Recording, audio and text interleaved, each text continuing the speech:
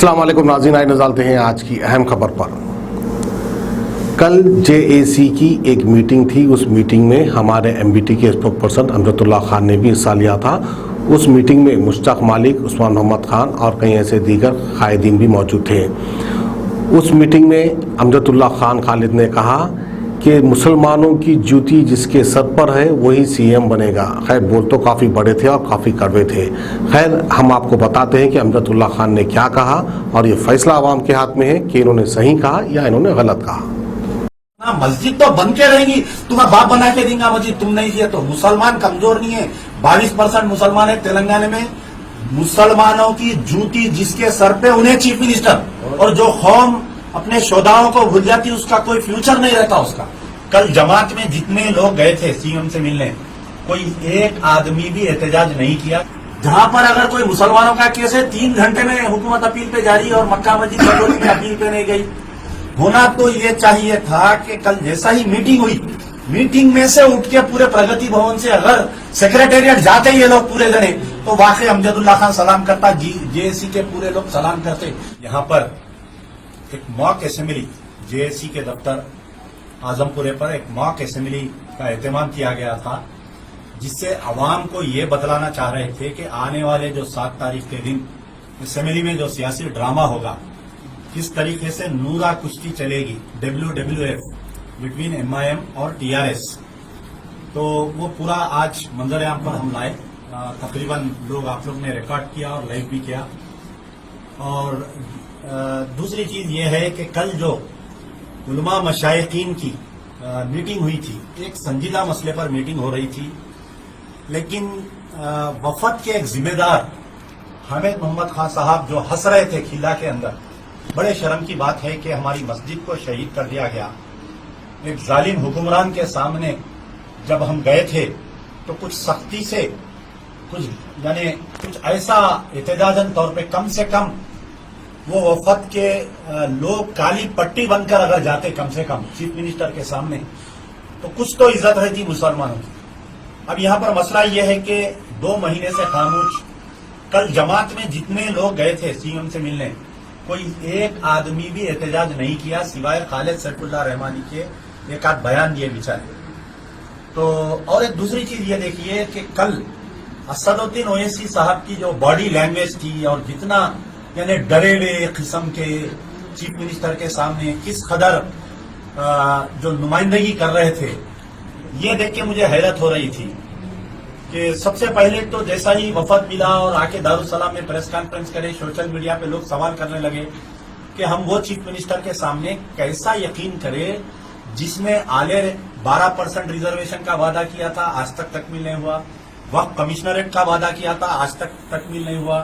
الیر encounter میں ایک special investigation team ڈالے تھے، وہ آج تک اس کی رپورٹ نہیں آئی۔ NHRC کی رپورٹ آ گئی، 5 لاکھ روپے دیو۔ کل وفد میں شہداؤں کو بھول گئے، کم سے کم ایک ورڈ بولنا تھا CM کو صاحب۔ NHRC کی رپورٹ آ گئی، وہ NHRC کی رپورٹ کے تحت وہ خاطی پولیس عہدیداروں کی تنخواہوں میں سے کاٹو، 5-5 لاکھ روپے بچوں کو دو۔ زبان نہیں تھا وہ اسد الدین اویسی جو ٹی وی چینلوں پہ بیٹھ کے مگرمچھ کے آنسو روتے، کل شہداؤں کو بھول گئے۔ اور بڑی حیرت کی بات ہے، پورے لوگ بھول گئے شہداؤں کو، اور جو قوم اپنے شہداؤں کو بھول جاتی اس کا کوئی فیوچر نہیں رہتا اس کا، وہ قائدین کا۔ تو پھر اس کے بعد میں کشن باغ کا کوئی ذکر نہیں تھا۔ کشن باغ رائٹس کا 4 لوگ مر گئے، اسپیشل انویسٹیگیشن ٹیم آج تک نہیں آئی۔ مکہ مسجد بم دھماکے میں قاتل باعزت بری ہو گئے، حکومت ابھی تک اپیل پہ نہیں گئی۔ وٹولی میں قاتل باعزت بری ہو گئے، حکومت اپیل پہ نہیں گئی۔ Task force office blast case میں 12 سال مسلم بچے جیل میں رہے، عدالت سے باعزت بری ہوئے، تیسرے دن جو ہے حکومت اپیل پہ گئی۔ جہاں پر اگر کوئی مسلمانوں کا کیس ہے 3 گھنٹے میں حکومت اپیل پہ جاری، اور مکہ مسجد بٹولی میں اپیل پہ نہیں گئی۔ یہ تمام چیزیں ہیں 2018 میں تائید کرے، 2019 میں تائید کرے، اس کے بعد میں مسجد ایک خانہ کو شہید کیا گیا۔ ایک خانہ مسجد کو شہید کرنے کے بعد میں ایسی ہی ایک ملاقات، ایسی ہی ایک تیقنات دیے گئے تھے۔ اس کے بعد میں جو ہے پھر بلدیہ الیکشن میں کل ایک صاحب جو ہے جو وفد میں تھے، انہوں TRS کا کھنڈوا ڈال کے بلدیہ الیکشن میں ہوم منسٹر کے ساتھ بیٹھ کے تائید کرتے ہوئے نظر آئے۔ کل وہ وفد میں تھے بیچارے۔ خیر ٹھیک ہے، اس کے باوجود جو ہے یہ جو اگر فرض کریے یہ JAC نہیں بنتی یہ ہمارے مشتاق ملک صاحب اگر یہ تحریک نہیں چلاتے تو میں سمجھتا کہ یہ نہ اسد الدین اویسی کا ٹویٹ آتا، نہ بیان آتا، نہ کل ملاقات ہوتی. اب یہاں پر ایک مین چیز یہ ہے کہ اسد الدین اویسی صاحب حیدرآباد سے فری ہونا چاہ رہے ہیں. یہ مسئلے کو دبا کے ٹھنڈا کر کے پانی چھنک کے یہ آگ کو بجھا کے یہ بہار کے الیکشن میں جانا چاہ رہے ہیں اور آنے والے 22 تاریخ کے دن ان کی بیٹی کی شادی میں سی ایم کو دعوت دینے کے لیے. اگر یہ مسجد کا مسئلہ حل نہیں ہوتا، انہوں سی ایم کو دعوت دیتے تو لوگ پوچھتے، سوال کرتے کہ بھائی تم کیسا دعوت دیے. اگر نہیں دیتے تو پھر ٹی آر ایس کی اور ایم آئی ایم کے اختلافات ہوتے. تو یہ مسئلے کو بہار جانے کے لیے حیدرآباد میں احتجاج کو ٹھنڈا کرنے کے لیے ایک مکر اور فریب کی جال بچھائی گئی ہے کل. اور ہمارے علماء مشائخین جو ہے دونوں بھائیوں میں ارغمال ہو گئے. یہ لوگ ایسا بیٹھ کے بیچارے ایسی بیان دے رہے تھے، ایسا افسوس ہوا. اتنا بڑا قداور شخصیت بیٹھ کے کل دارالسلام میں نرم انداز میں وہ ہم بات کر لیے ہیں، ہم تحفظ لے لیے ہیں. تو ہم کو کوئی بھروسہ نہیں ہے چیف منسٹر کے اوپر. ہم کو کوئی جب تک وہاں پر مسجد کا عملی کام چالو نہیں ہوگا، اب آپ تصور نہیں کر سکتے کہ یہ پیلس میں مسجد کو کیسا ڈیزائن کریں گے، کیسا بنائیں گے، کیسا کریں گے. آپ پلان آپ گورنمنٹ کی ویب سائٹ پہ ڈال دو نا بھائی، دونوں مسجدوں کا ڈیمارکیشن کر کے 750 گز 750 گز مسجدوں کا نقشہ بھی دے دو. آپ تعمیر چالو کر دو. جیسا مشتاق بھائی بول رہے ہیں کہ امیڈیٹ نماز چالو کرو. ہونا تو یہ چاہیے تھا کہ کل جیسا ہی میٹنگ ہوئی، میٹنگ میں سے اٹھ کے پورے پرگتی بھون سے اگر سیکریٹریٹ جاتے یہ لوگ پورے جنے تو واقعی امجد اللہ خان سلام کرتا، جے اے سی کے پورے لوگ سلام کرتے.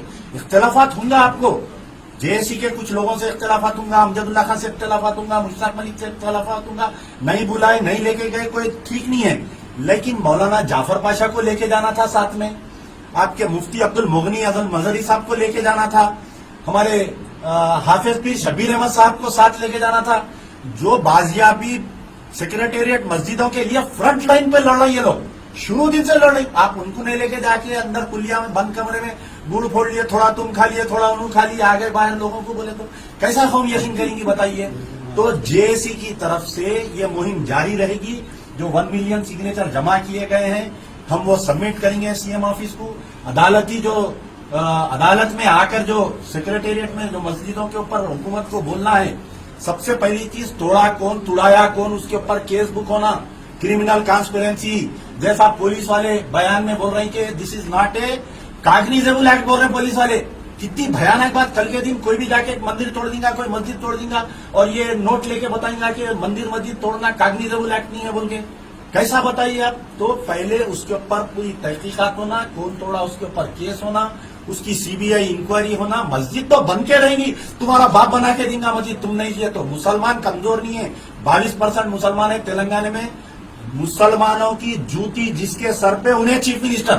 اگر مسلمانوں کی دلاداری کریں گے، مجھے یقین ہے کہ اگر یہ محل مسلمانوں کی دلاداری کر کے بنائیں گے تو نہ کے ٹی آر صاحب اندر جا سکیں گے، نہ کے سی آر صاحب جا سکیں گے.